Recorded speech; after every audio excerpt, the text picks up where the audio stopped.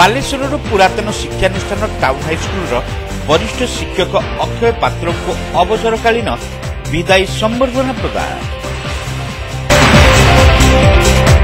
ବାଲେଶ୍ୱର ସହରର ପୁରାତନ ଶିକ୍ଷାନୁଷ୍ଠାନ ଟାଉନ୍ ହାଇସ୍କୁଲର ହିନ୍ଦୀ ଶିକ୍ଷକ ଅକ୍ଷୟ କୁମାର ପାତ୍ରଙ୍କୁ ଅବସରକାଳୀନ ସମ୍ବର୍ଦ୍ଧନା ପ୍ରଦାନ କରାଯାଇଛି।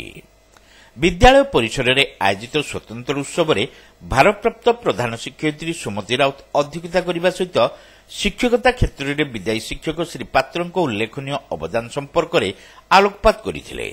ଦୀର୍ଘ 20 ବର୍ଷ ଧରି ଶିକ୍ଷାଦାନ କ୍ଷେତ୍ରରେ ମହତ୍ ସେବା ପ୍ରଦାନ ମାଧ୍ୟମରେ ସୁନାମ ଅର୍ଜନ କରିଥିବା ଶ୍ରୀ ପାତ୍ରଙ୍କ ଭଳି ଜଣେ ମିଷ୍ଟଭାଷୀ, ଦରଦୀ, ମେଳାପୀ, ଅଭିଜ୍ଞ ଓ ଛାତ୍ରବତ୍ସଳ ଶିକ୍ଷକଙ୍କ ଅଭାବ ସର୍ବଦା ଅନୁଭୂତ ହେବ ବୋଲି ସେ କହିଥିଲେ।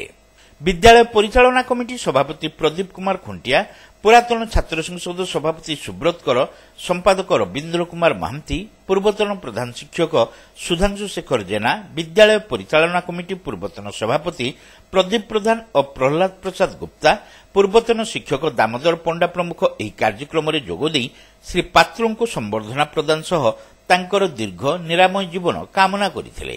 ଛାତ୍ରଛାତ୍ରୀଙ୍କୁ ଶିକ୍ଷାଦାନଠାରୁ ଆରମ୍ଭ କରି ଅଭିଭାବକଙ୍କ ଅଭିଯୋଗ ସମାଧାନ ଏମିତିକି ସ୍ଥାନୀୟ ବାସିନ୍ଦାଙ୍କ ସହ ସମନ୍ୱୟ ରକ୍ଷାପୂର୍ବକ କାର୍ଯ୍ୟ କରିବାର ଧାରା ବଜାୟ ରଖିବାରେ ଶ୍ରୀ ପାତ୍ର ସମସ୍ତଙ୍କ ପାଇଁ ପ୍ରେରଣା ଥିଲେ ବୋଲି ବକ୍ତାମାନେ କହିଥିଲେ।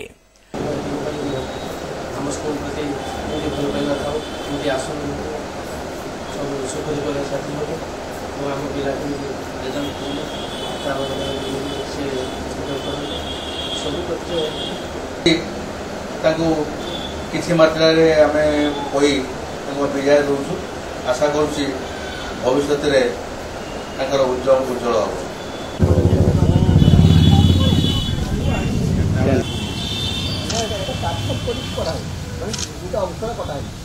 हम संबर्धित अवसर में श्री पात्र कही टाउन हाईस्कूल तथा एठाकार सहकर्मी और परिचालना कमिटी सर्वोपरि छात्र छात्री आत्मीयतापूर्ण व्यवहार तांकर सबुदिन मन रहिब। शिक्षयित्री कल्पलता रथ, देवास्मिता दास, शशधर नायक प्रमुख कार्यक्रम परिचालना करिथिबा बेले ऑफिस सहकारी राजेंद्र दे शेषरे समस्तଙ୍କୁ धन्यवाद देइथिले।